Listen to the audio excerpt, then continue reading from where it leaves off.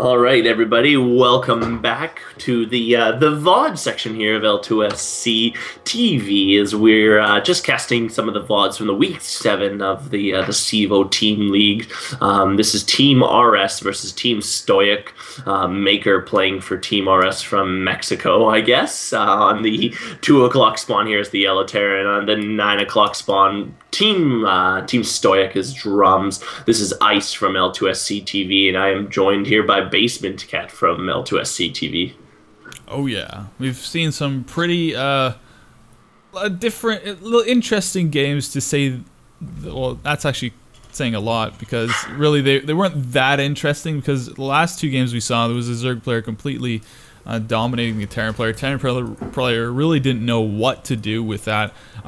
So I think that was taken by Team Stoic. So Team Stoic, I think, no, it was by Team RS. Team RS took it 1-0 so far. Maker, which team is he from? Maker is from Team RS. So yeah, he's going to be the favorite right now to win, because his team is up 1-0. So let's see if Drumz can actually pull his Team Stoic out of the dark hole that his partner has left him in, as now both players placing a barracks each. Almost identical timings for both these players. I always love it when I see that. Both players, you see the production tab, almost identical on every single level. But anyways, what possible builds could we see here from the Terran player? We do see a refinery already being built, as well as the barracks, as I mentioned before, for both players. So possibly en route to a 1-1-1 build, which is very popular in any matchup, but especially popular in TBT, just because you can be a really reactionary player from what you see. Because if you have that, all those buildings, you have the barracks, you have the factory, you have the starport. As soon as you see what your opponent is doing, is like, oh, your opponent has gone Hellions, bam, I know exactly what to do. And then he goes and does whatever he wants. You can counter Hellions in many different ways, but that's not the point. The point is, it's a reactionary build, and in TBT, it's going to be a very interesting way of handling your opponent. Yeah, it looks like Maker's going to repel the scouting SC from Drumz. It's going to make it back to midfield here. Maker doing a little bit later scouting. He is reaching the 6 o'clock expansion right about now, just getting into the mineral patch there, turning around, seeing nobody, and heading back down the ramp. So it looks like Drumz is going to set up his second factory that just went down, and second factory actually, or first factory for both players, actually Maker getting his up, so definitely sticking to that 1-1-1 queue. Maker going to be a little bit ahead on gas. He's getting his second gas started right now, and Drumz doing the same, I'm guessing pretty shortly, as Drumz hasn't really produced anything other than a factory. He's getting close to nothing. Reactor going down for Maker, so he's going to have definitely either Hellions or just a lot more Marines, as he might just skip the tech out there, or even give that reactor to the starport. Either way, it's going to work out well for him to get that reactor started. Drumz finally getting his refinery. It's about half complete, and Drumz is not getting any add-ons yet, as he's going to get a starport up there.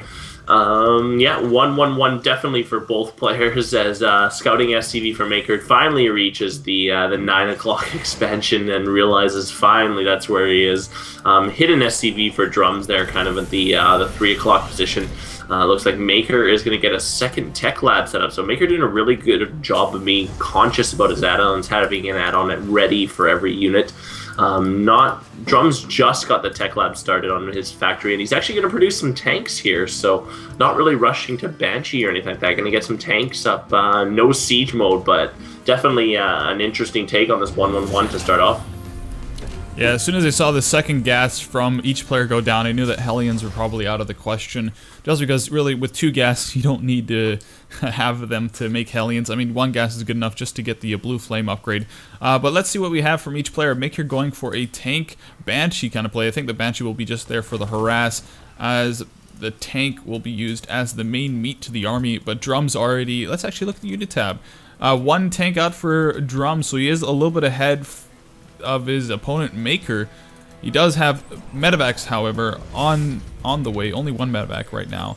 So maybe a little bit of a push here from Drumz, possibly, because he will be feeling really confident. No, okay, I guess Maker's going to do it. This is something classically you'll see from a 1-1-1 build, is at the around 6 or 7 minute mark, you'll see one of the players do a push, and the other one possibly go for some advanced tech. But you see Drumz here actually going for a drop.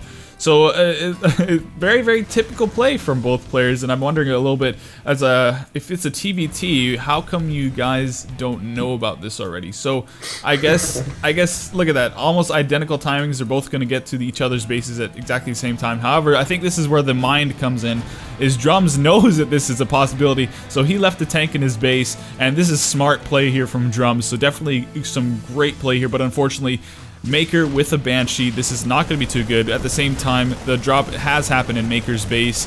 Lots of SCVs going down. I'm going to keep tabs on that unit count. You see already 14 SCVs, and that is dropping compared to 28 of Drumz.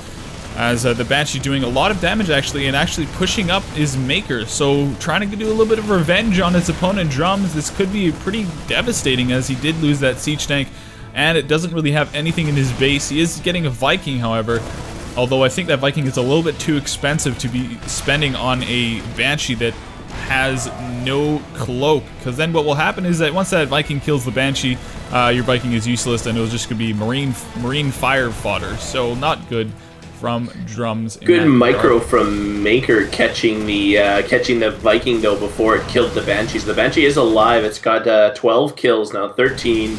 14 kills, and it's going to repel the SCVs and the tank away, so it's going to force Drumz loses a tank as well, so Drumz is in a really bad way as the Viking not able to actually finish the Banshee off. It's got 15 kills, going to chase the SCVs around the outside of the base there, and basically just leaving Drumz in a really, really bad position. Worker counts have been drastically cut, but Drumz definitely taking the heavier losses there. Viking for Drumz comes out, will repel that Banshee, but you can see the expansion for Maker already underway.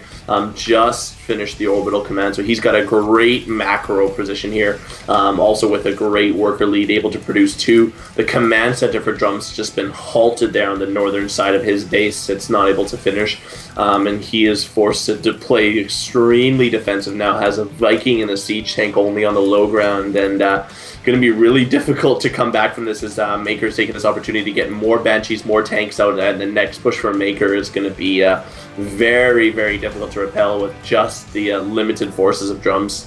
Colossal mistake here by Drumz. He just only a couple seconds ago got his command center rebuilt again, because he was indeed vacant of any building SCV. And I mean, when you're at this position where you have no SCVs, what's more important than having 2 production facilities rather than 1 building SCVs? Nothing's more important. That you need to have that up. And now what has happened? Okay, Drumz already GG as he sees Maker push out with that considerable force. So good job there by Maker to shut down Drumz quite substantially. I mean, Drumz had the right idea in having that siege tank up on the high ground, but I guess he just wasn't expecting to see a Banshee there so soon.